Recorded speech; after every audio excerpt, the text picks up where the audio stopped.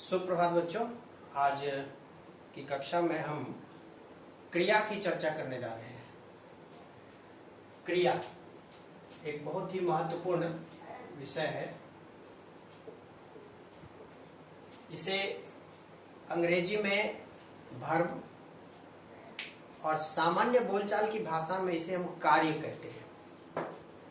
अर्थात जिस शब्द से किसी कार्य के करने या होने का बोध हो वह क्रिया कहलाती है। यानी वे सारे शब्द जिससे ये भाव हो, जिससे ये स्पष्ट हो कि कोई काम हो रहा है, वे शब्द क्रिया के अंतर्गत आते हैं। ठीक है, यानी इसकी परिभाषा क्या हो गई? जिस शब्द से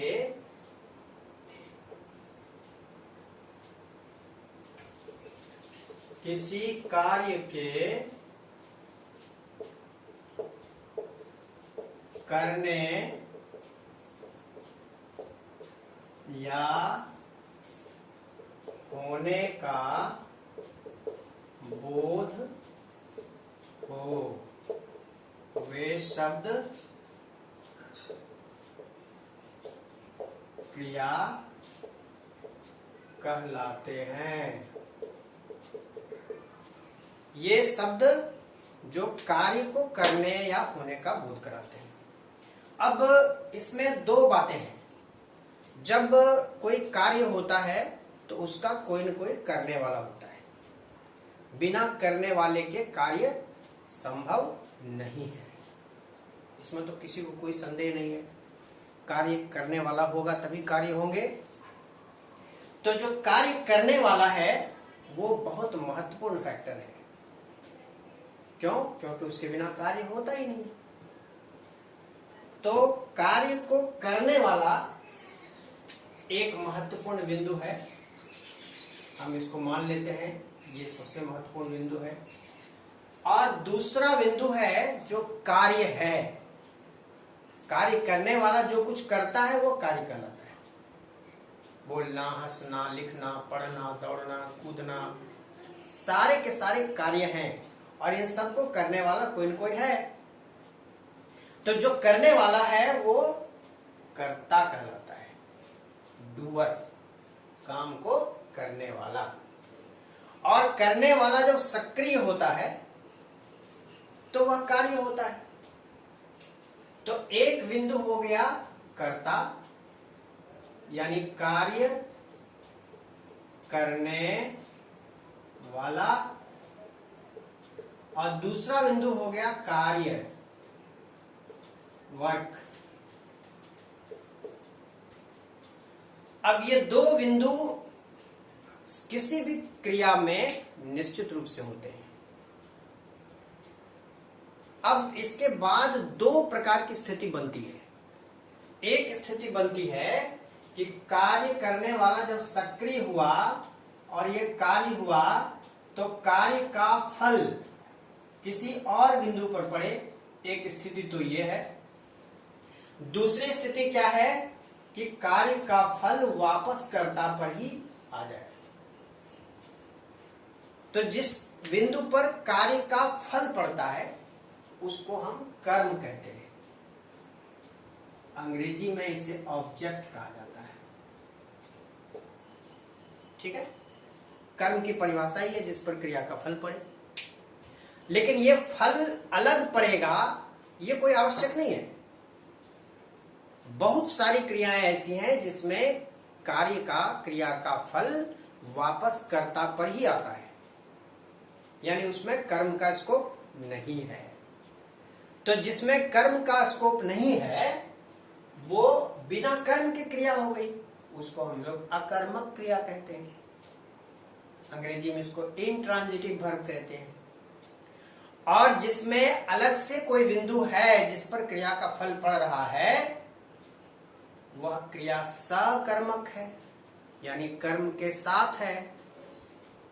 अंग्रेजी में इसे ट्रांजिटिव वर्ब कहते हैं। तो दो प्रकार की क्रियाएं हो गई।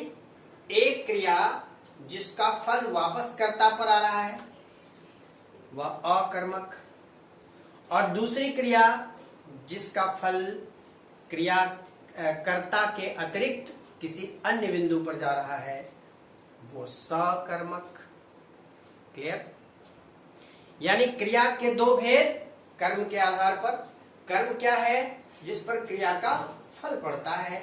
तो जिस पर क्रिया का फल पड़े वो कर्म है। कुछ क्रियाएं कर्म के साथ होती हैं, कुछ क्रियाएं कर्म के बिना होती है। कर्म के बिना जो क्रिया होगी उसका फल वापस कर्ता पर आएगा, और जो सकर्मक क्रियाएं होंगी कर्म के साथ होंगी उसका फल कर्ता के अतिरिक्त किसी अन्य बिंदु पर जाएगा, और जिस बिंदु पर जाएगा, जिस पर फल पड़ेगा वो कर्म है, वो सकर्मक क्रियाएं हैं। जैसे जब हम कहते हैं लिखना, तो जरूर कुछ न कुछ लिखता होगा, निबंध लिखता होगा, पत्र लिखता होगा, कहानी लिखता होगा, कुछ तो लिखता होगा। लेकिन जब हम कहते हैं हंसना, तो हंसने का फल वापस कर्ता पर ही आया। वह हंसता है, कोई नहीं पूछता कि वह क्या हंसता है। लेकिन लिखता है, वह क्या लिखता है। खाता है, वह क्या खाता है। पढ़ता है, वह क्या पढ़ता है। लेकिन ये कोई नहीं कहेगा कि वह क्या रोता है। रोने का फल वापस कर्ता पर है। तो हंसना, रोना, कूदना, उछलना, ये सारी क्रियाएं अकर्मक हैं। ठीक है?